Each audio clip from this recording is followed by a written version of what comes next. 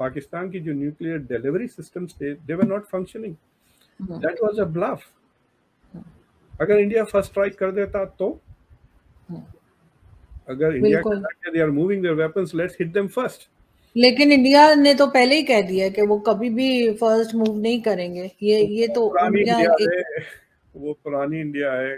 भारत का एक शहर पाकिस्तान के पूरे सूबों से ज्यादा प्रॉपर्टी टैक्स इकट्ठा करता है, मगर हुकूमतें मुल्क को पैरों पर खड़ा करने के दावे किए जा रही हैं। ये जो मर्ज है ये बहुत शदीद है, ये हम इसको बहुत लाइटली ले रहे हैं, और अगर आपने इसको सही नहीं किया तो ये मुल्क तबाह हो जाएगा। मतलब ये बिल्कुल तबाही की तरफ जा रहा है। लेकिन हर सर कारगिल तो एक बहुत बड़ा ब्लंडर था पाकिस्तान की तरफ से। उनके बाद मेजॉरिटी लोग ये बिलीव रखते हैं, even my self, I think it was a blunder.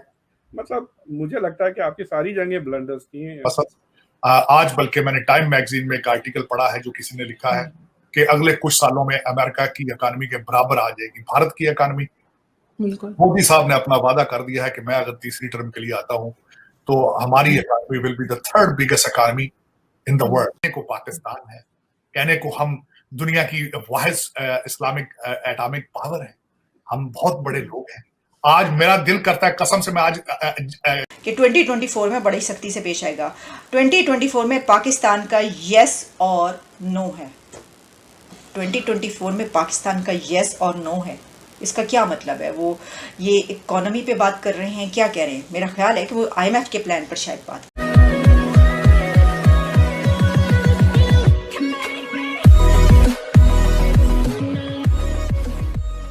नमस्कार दोस्तों, पिछले दिनों प्रधानमंत्री मोदी की तरफ से एक स्टेटमेंट दिया गया था कि जब हमारी तीसरी टर्म शुरू होगी, मतलब 2014 से 2019 तक उनकी पहली टर्म, 19 से 24 तक उनकी दूसरी टर्म, और जब उनकी तीसरी टर्म शुरू होगी तब जो है वो इंडिया थर्ड लार्जेस्ट इकोनॉमी बन जाएगा। मतलब कि जब 2014 में प्रधानमंत्री मोदी पहली बार PM बने थे तब हम 10वें नंबर पर थे। अब मैं एक चीज़ यहाँ पर, मतलब मुझे ऐसा लगता है कि मान लीजिए कि अगर प्रधानमंत्री मोदी जो है वो प्रधानमंत्री नहीं होते फिर भी हम इकोनॉमी वाइज आगे बढ़ते, लेकिन ये जो हमने ग्रो किया ना, डायरेक्टली 5th पर आ गए, मतलब एकदम स्पीड से, डायरेक्टली तो नहीं लेकिन स्पीड से जो 5th पर आ गए हैं, और जो हम जिस स्पीड से हम 3rd पर जाने वाले हैं, ये स्पीड मेंटेन नहीं होती। जिस तरीके से मेक इन इंडिया, जिस तरीके से लोगों को या फिर दूसरे कंट्रीज़ को या फिर प्राइवेट कंपनियों को मजबूर किया जा रहा है कि आप आइए इंडिया में इन्वेस्ट कीजिए, आपको ये मिलेगा वो मिलेगा। जिस तरीके से प्रधानमंत्री मोदी ने गुजरात के अंदर जो टाटा नैनो का जो प्लांट था जो कि सिंगूर में था, वेस्ट बंगाल, जब वहाँ पर उनको दिक्कत हुई तब सीधा वो गुजरात में ये प्लांट चला गया। वो इसीलिए चला गया था क्योंकि प्रधानमंत्री मोदी उस समय गुजरात के मुख्यमंत्री थे और उन्होंने अच्छी खासी ऑफर दी थी रतन टाटा को। तो यहाँ पर भी यही बात हो रही है कि भाई इंडिया जो है वो इतनी बड़ी इस तरीके से ग्रो कर रहा है कि, और बीच पे एक सर्वे भी आया था कि 10 से 15 या फिर 20 सालों के अंदर अंदर इंडिया जो है वो अमेरिका के साथ आके खड़ा हो जाएगा। इसी के साथ ही वीडियो शुरू करता है। पाकिस्तान की जो न्यूक्लियर डिलीवरी सिस्टम्स थे, they were not functioning. That was a bluff. अगर इंडिया फर्स्ट स्ट्राइक कर देता तो,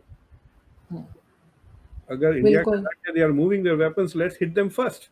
लेकिन इंडिया ने तो पहले ही कह दिया कि वो कभी भी फर्स्ट मूव नहीं करेंगे। ये तो पुरानी उनका इंडिया एक है, वो पुरानी इंडिया है। क्यों, why would you want a second strike?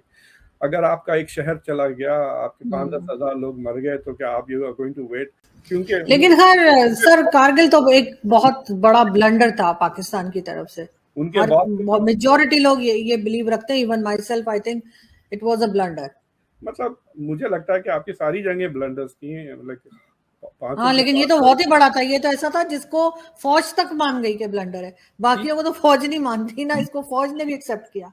एक you must understand Rajnath Singh का स्टेटमेंट इन द कॉन्टेक्स्ट के मोदी ने कहा कि this is not an era of war. इसका मतलब India is not going to initiate.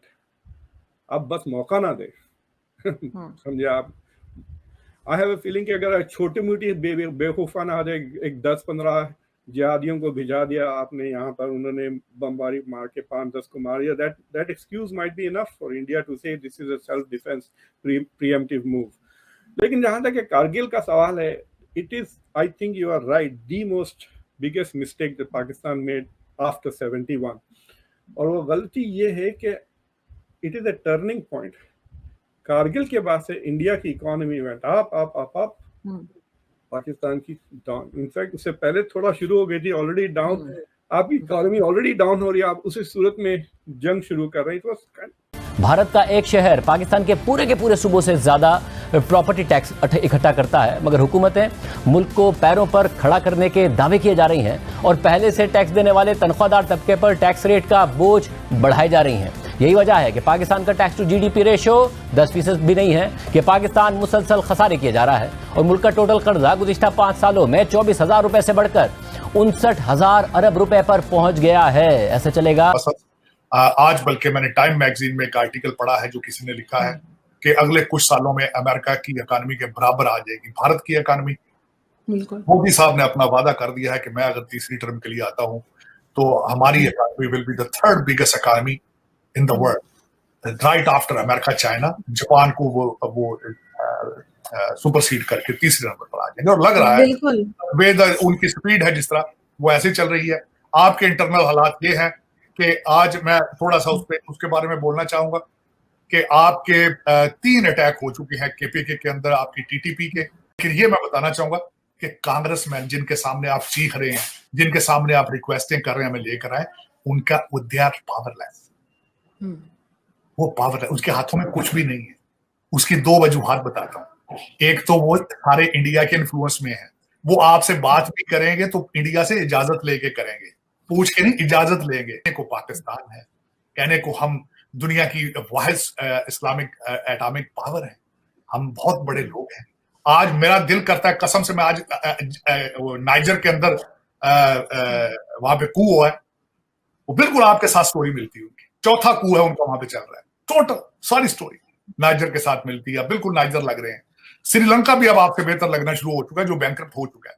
Afghanistan जिनका कोई सर पैर नहीं, वो भी आपसे अच्छा नजर आ रहा है, लेकिन आप अभी तक ऑर्गेनाइज नहीं है। मेरी हम्बल रिक्वेस्ट है कि खुदारा इन लोगों को बताएं कि आईएमएफ और जो नए डॉलर आ रहे हैं और $10 बिलियन की जो लग रही है रिफाइनरी ग्वादर में, उसको कौन कौन लूटेगा, कौन कौन उसको उसका माल निकाल के लंदन लेकर जाएगा। और किसी ये जो बाहर के पड़े हुए आपके जज और एस्टेब्लिशमेंट है, हार्वर्ड के और ये सारे एचीसोनियन है, और खुदारा पाकिस्तान पे तरस करो, इनको बताओ 76 साल में जो कर्जे लिए वो कौन कौन लूट के खा गए, कौन कौन लेके भाग चुका है। ये बहुत शदीद है, ये हम इसको बहुत लाइटली ले रहे हैं, और अगर आपने इसको सही नहीं किया तो ये मुल्क तबाह हो जाएगा। मतलब ये बिल्कुल तबाही की तरफ जा रहा है। एक्सप्रेस सर्विसेज का अगर भारत की भी एक्सपोर्ट्स अब मुसलसल बढ़ रही हैं, उनके $600 अरब के रिजर्व्स हो गए, mainly driven by foreign direct investment. आपने रिसेंटली फॉरेन डायरेक्ट इन्वेस्टमेंट के बारे में भी लिखा है।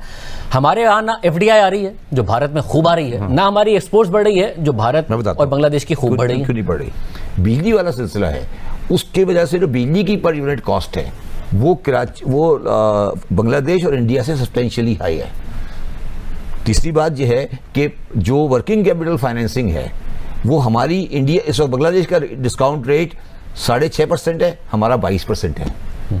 मतलब from every perspective it is kind of stupid. यहाँ पे मैं समझना चाहूंगी, जैसे आपने कहा कि कई जगह पे, कई फोरम्स में हमने देखा कि भारत आगे की तरफ जा रहा है, चाहे वो कोई चीज परचेज करने की बात कर लीजिए जो आपने बताई, कई चीजें, चाहे सबमरीन हो या और चीजें हो, तो एक तरह का नजर आता है, कॉन्फिडेंट नजर आता है इकोनॉमी की वजह से।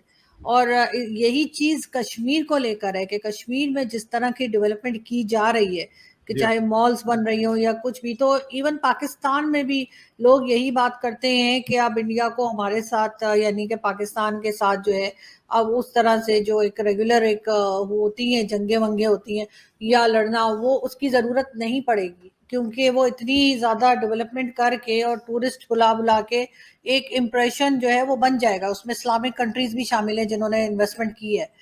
तो सर आपके ख्याल से जो इस वक्त 1-2 दिन पहले राजनाथ सिंह साहब ने स्टेटमेंट दिया कि हम जब चाहें एलओसी को क्रॉस कर लेंगे, तो आपके ख्याल से इस किस्म की स्टेटमेंट की जरूरत थी कि एक तरफ जो ऑलरेडी स्ट्रॉन्ग नजर आ रहे हैं पाकिस्तान के मुकाबले में, उसके बाद ये स्टेटमेंट देना आपके ख्याल से क्या सही है?